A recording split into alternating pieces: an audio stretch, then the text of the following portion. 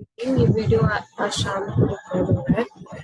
तो आज हम लोग पढ़ेंगे basic concept of accounting for partnership.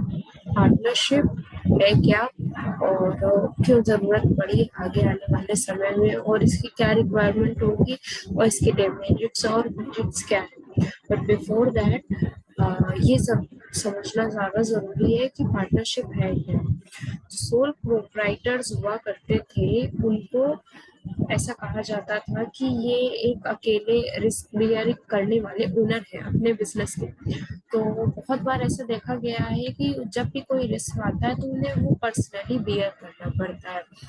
Personally beer करने का मतलब है कि उनकी असेट और लायबिलिटी में कोई भी सेपरेट लीगल इंटीग्रिटी कॉन्सेप्ट ठीक तरीके से नहीं फॉलो किया जाता है। इन केस अगर जो ओनर है वो डिफॉल्ट कर जाता है तो उसको अपनी पर्सनल असेट को सेल आउट करके ही लॉस को बियर करना पड़ता है। तो पार्टनरशिप इसी के डिमेरिट्स को खत्म करने के लिए आया। और पार्टनरशिप जो है वो इसके पहले जो एक्ट है पार्टनरशिप का, पार्टनरशिप एक्ट 1932 के अकॉर्डिंग रेगुलेट होता है। लेकिन इसमें जितने भी डिमेरिट्स थे वो लिमिटेड लायबिलिटी पार्टनरशिप एक्ट 2008 में एलिमिनेट हो गए। तो अभी भी लोग पार्टनरशिप में जाते हैं। तो वो इसे आगे पढ़ते हैं कि सोल प्रोप्राइटर जो था वो पार्टनरशिप में business can organize into different form of sole proprietors, partnership or firm or company. As simple as that. Every form of business on its share limitation as a business expand or risk involved. Partnership दो या दो से ज्यादा लोग जब मिल करके काम करते हैं और अपनी skill ability knowledge with finance use करते हैं तो उसे ही पार्टनरशिप कहते हैं। पार्टनरशिप में काम करने के बहुत सारे रूल्स एंड रेगुलेशंस होते हैं, लेकिन एक सबसे बड़ा फायदा यही है कि इसमें एग्रीमेंट मैंडेटरी नहीं है, आप ऑप्शनल है। आप ओरल एग्रीमेंट भी कर सकते हो और रिटन एग्रीमेंट भी कर सकते हो। Features of partnership profit and loss कमाने के लिए बिजनेस होना चाहिए। मान लो मैंने पार्टनरशिप करी, वो भी एक एनजीओ चलाने के लिए, और आगे आने वाले समय में कि मैं एक सोशल वेलफेयर वर्क करूंगी जिसमें प्रॉफिट एंड लॉस जनरेशन नहीं हो रहा है, तो ये पार्टनरशिप नहीं होती। Business must be are there, कोई ना कोई बिजनेस करने के लिए और पर्टिकुलर पार्टनरशिप को तैयार किया जाता है। Partnership business must be carried out by all of the partners. मतलब कि किसी एक के साथ या सबके साथ मिल करके बिजनेस को कंडक्ट किया जाता है, पार्टनरशिप को कंडक्ट किया जाता है। Nature of partnership, when two or more people set up enterprise and gain or losses they are to set in a partnership। Section 4 में डेफिनेशन दी गई है। इंडियन पार्टनरशिप एक्ट 1932 स्टेट कि जो भी काम हो रहा है वो टू या more person profit and loss gain करने को इकट्ठा हुए, इसी को पार्टनरशिप कहते हैं। ये हो गई एक क्रक्स ऑफ दिस पार्टनरशिप। और जो बंदे काम कर रहे हैं वो पार्टनर कहलाएंगे पार्टनरशिप फॉर्म।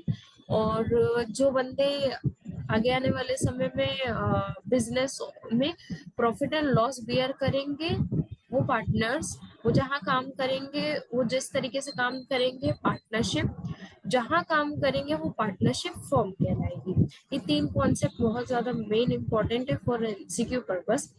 पार्टनरशिप डीड क्या है ना? Partnership deed is a partnership agreement. एक एग्रीमेंट होता है उन पार्टनर्स के बीच में जिसमें कि हर एक तरीके की डिटेल्स होती है, और उसमें अगर आने वाले समय में कभी भी कोई भी कॉन्फ्लिक्ट हो जाता है तो उसको सॉल्व करने का तरीका उसमें दिया रहता है।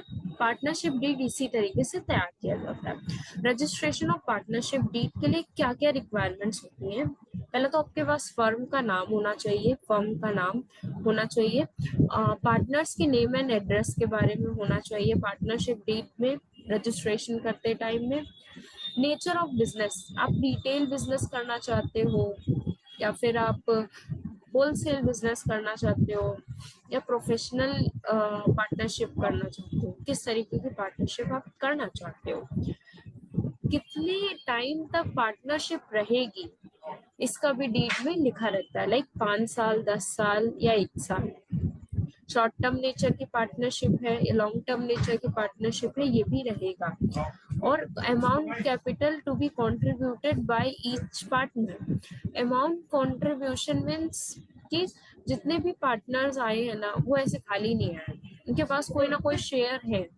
तो वो जो शेयर उनके पास है, वो उस पार्टनर्स के कंट्रीब्यूशन, मान लीजिए 3 पार्टनर्स आए, 1/3 1/3 1/3 ABC, 3 पार्टनर आए, कम टुगेदर टू बिजनेस, तो पार्टनरशिप डीड में उनका पार्टनरशिप कंट्रीब्यूशन भी कैपिटल का होता है। और अगर न्यू पार्टनर कोई ज्वाइन हो रहा है तो उसकी भी जानकारी उसमें दे दी जाती है। नाउ राइट्स ऑफ पार्टनर और ड्यूटीज ऑफ पार्टनर्स।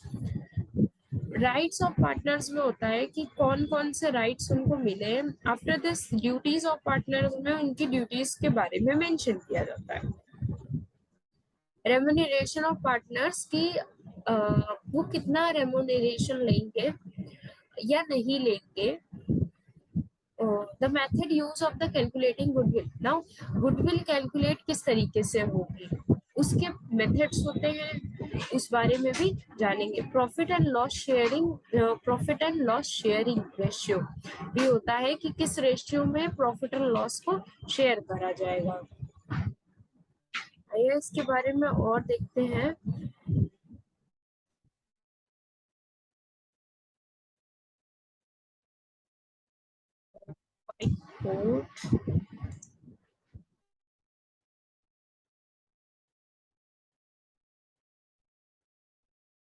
यस, तो पार्टनरशिप के बारे में हमने पढ़ा कि पार्टनरशिप जो है उसमें कितने लोगों की रिक्वायरमेंट होगी, 2 या मोर।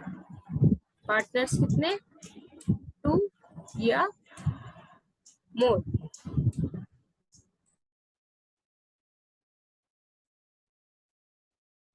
तो या 2 से ज्यादा की रिक्वायरमेंट होगी। उसके अलावा जो पार्टनर्स आ रहे हैं उनको रेम्यूनरेशन कितना मिलेगा उसके बारे में भी। Then capital contribution and admission और रिटायरमेंट। नाउ ये समझते हैं एडमिशन और रिटायरमेंट क्या है।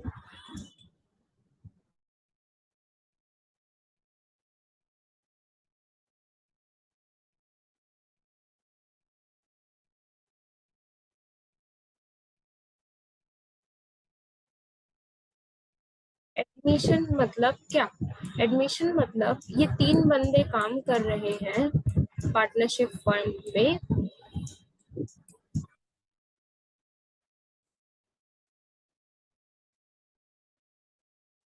3 बंदे काम कर रहे हैं, एक बंदा पैसे से मजबूत है, दूसरे के पास मैनेजरियल स्किल्स है और अगले के पास में रिसोर्स है।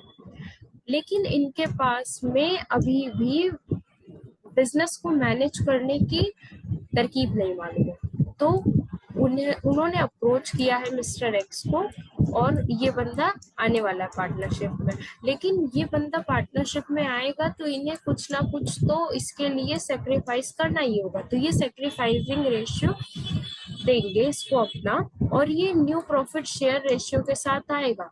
दोनों को क्लब किया जाएगा, ओल्ड और न्यू को दोनों को क्लब कर दिया जाएगा। क्लब करने के बाद में उनको ये समझना होगा कि अब मैं भी पार्टनर हूँ, मैं भी इस बिजनेस का हिस्सा हूँ।